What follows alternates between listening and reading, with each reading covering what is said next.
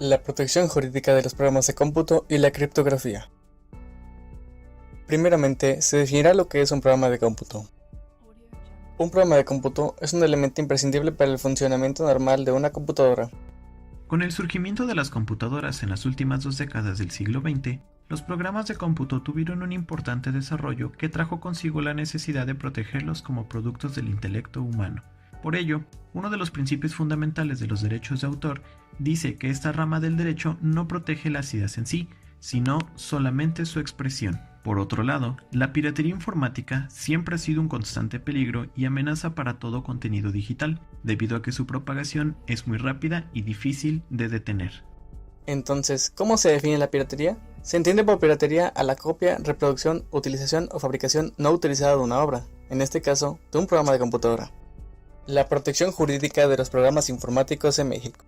El primer antecedente en México se encuentra en el Acuerdo 114, expedido por el Secretario de Educación Pública. En este, se reconoció que los programas de computación formaban obras producidas por autores, en los términos de la Ley Federal de Derechos de Autor del año 1956 y sus respectivas reformas. Así, la protección de los programas de computación se extiende, por ley, tanto a los programas aplicativos como los operativos, ya sea en forma de código fuente o de código objeto, exceptuando aquellos que tengan por objeto causar efectos nocivos a otros programas o equipos. Facultades de los titulares de derechos patrimoniales. Se dice que el titular de los programas de cómputo es aquella persona que se atribuye los derechos de los programas o bases de datos para autorizar o prohibir diferentes puntos.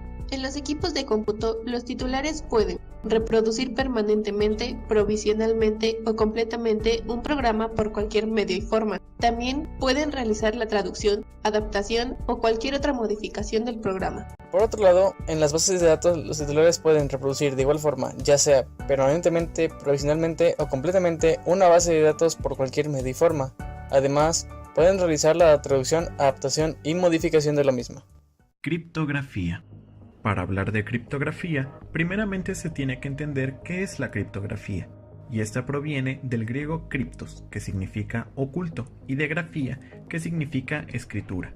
Por lo tanto, la criptografía será definida como el arte de escribir con clave secreta o de un modo enigmático. Más técnicamente hablando, la criptografía es el conjunto de técnicas que tratan sobre la protección o el ocultamiento de la información frente a personas no autorizadas. Por ello, la criptografía utiliza cifras o códigos para escribir de manera secreta en documentos y datos confidenciales que circulan a través de Internet. La utilización de esta técnica se remonta hasta la época romana, donde la usaban para ocultar sus proyectos y tácticas de guerra. Uso de la criptografía. Uno de los usos de la criptografía es como una metodología para proveer seguridad en las redes telemáticas, es decir, provee la identificación de entidades, la autenticación, el control de acceso a los recursos, la confidencialidad y la integridad de los datos. Tipos de criptografía. Uno de los tipos de criptografía es la clásica. Este tipo de criptografía consiste en cambiar los caracteres de un mensaje en otro según una posición determinada en el alfabeto. Por otro lado, la criptografía moderna es el mejoramiento de los sistemas criptográficos clásicos, ya que presentaban una dificultad en cuanto a la relación de la complejidad con el tiempo necesario para cifrar y descifrar el mensaje. En la era moderna, esta barrera clásica se rompió, principalmente por la velocidad de cálculo, el avance de las matemáticas y las necesidades de seguridad. Los modernos algoritmos de llave simétrica mezclan la transposición y la permutación, mientras que los de llave pública se basan más en complejas operaciones matemáticas.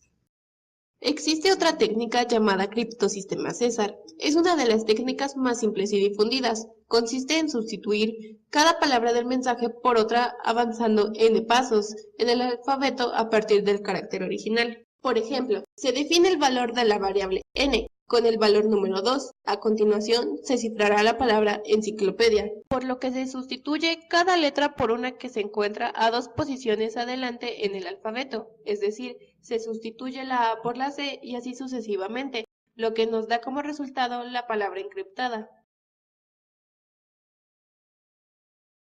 Por último, se hablará del método de la transposición, el cual consiste en dividir la palabra en 3 columnas y escribir la palabra columna por columna, como se ve en el ejemplo con la palabra criptografía, cuyo resultado será el siguiente.